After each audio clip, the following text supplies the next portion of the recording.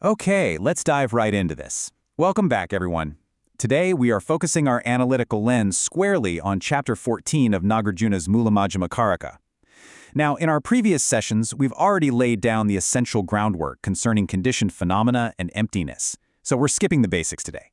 Instead, we are ready to take on the systematic dismantling of SAmaeSARGA, that is, the concept of union, combination, or contact. We're going to strictly analyze what it actually means for distinct opposites to interact, and we'll be doing this using a highly rigorous 11-step Madhyamaka logic. Here is our roadmap for today's explainer. We'll be moving briskly through 1. The illusion of inherent union. 2. Mapping the three spheres. 3. Deconstruction via the tetralemma. 4. Emptiness and dependent co-origination. 5. The generalized middle way. And finally, 6. Primordial purity and suchness. All right, Section 1. The illusion of inherent union.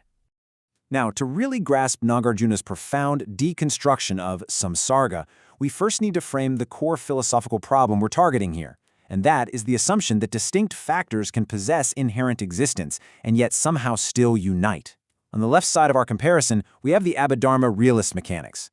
They view causality as the real, literal combination of discrete dharmas that possess momentary svabhāva. So think of a sense organ, an object, and consciousness actually meeting to produce an experience.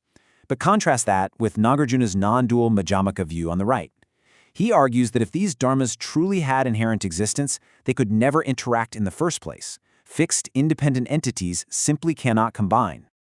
Moving on to Section 2, Mapping the Three Spheres.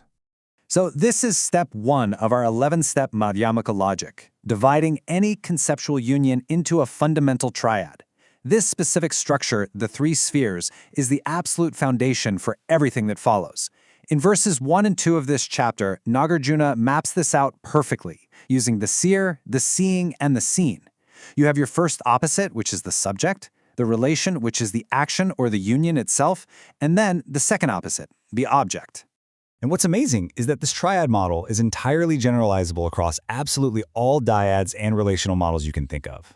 Whether we're talking about cause, causality, and effect, or maybe mapping the 5 aggregates across time, or even tracing the 12 links of dependent origination, every single conceptual union fundamentally relies on this exact tripartite structure. It's like a universal skeleton for how we conceptualize interaction. Which brings us to Section 3, Deconstruction via the tetralemma. Welcome to step 2 of our logic. This is the teardown phase. Nagarjuna drives a really rapid dialectical pace here, applying the tetralemma to systematically trap and destroy the notion of inherent unification across all 4 logical extremes. Think about it. The three spheres cannot inherently connect if they are pre-existently different, right? Because then they have no basis to interact. They're totally separate.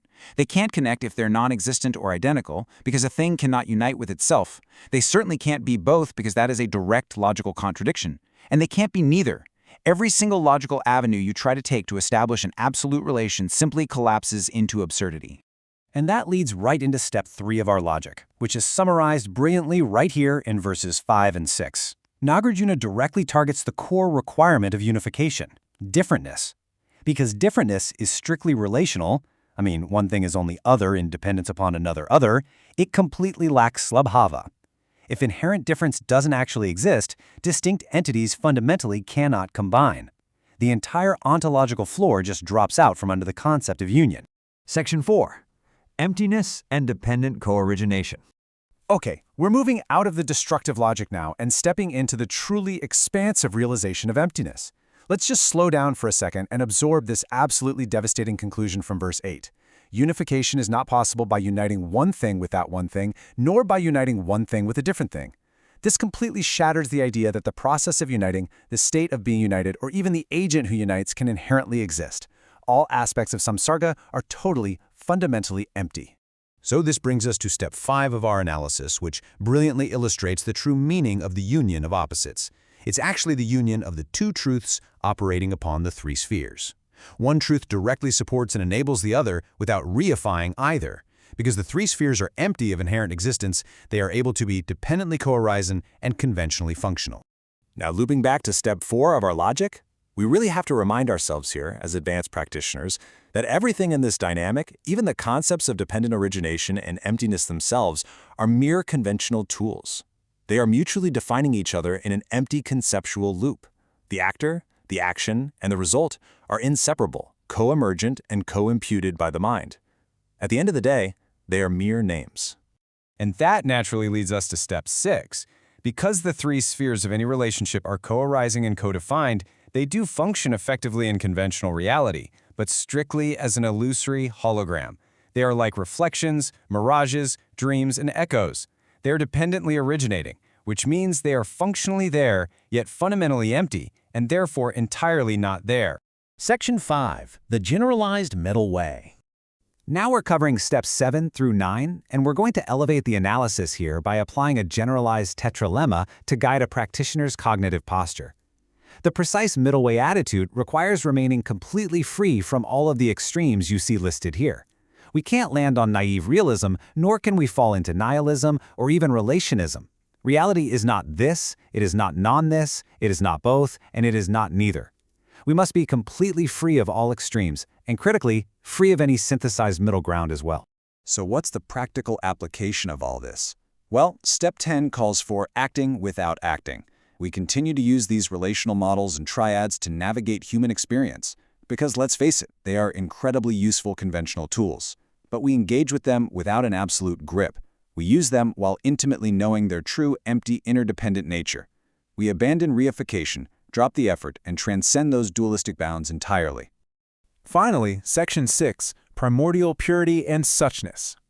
This brings us to our final evolutionary step, moving completely past conceptual analysis. Once we actually abandon all these dyads and triads, we recognize a truly profound truth. Our conceptual models, our entire frameworks of perceiver, perception, and perceived, are ultimately inapplicable to the true nature of phenomena. Reality itself is entirely beyond all conditioned, dualistic conceptual proliferation. So for step 11, when we strip away the illusion of inherent union, we step directly into the non-dual realization of reality exactly as it is. We perceive everything as primordially equal and pure. And note that one here strictly means non-dual, not many, not one, not both, and not neither. This precise non-dual realization is what allows the mind to finally rest and abide in tathata, or suchness. I want to wrap up our explainer today with a highly provocative Madhyamaka question. We've proven logically that the process of becoming unified, the state of being united, and the agent who unites are all dependently arisen illusions. So, if the one who unites is an illusion, who exactly is left to abide in suchness? I'm going to leave your dualistic mind with nowhere to land on that one. Thank you so much for joining me on this deep dive. Take that question with you onto the cushion, and I will see you in the next explainer.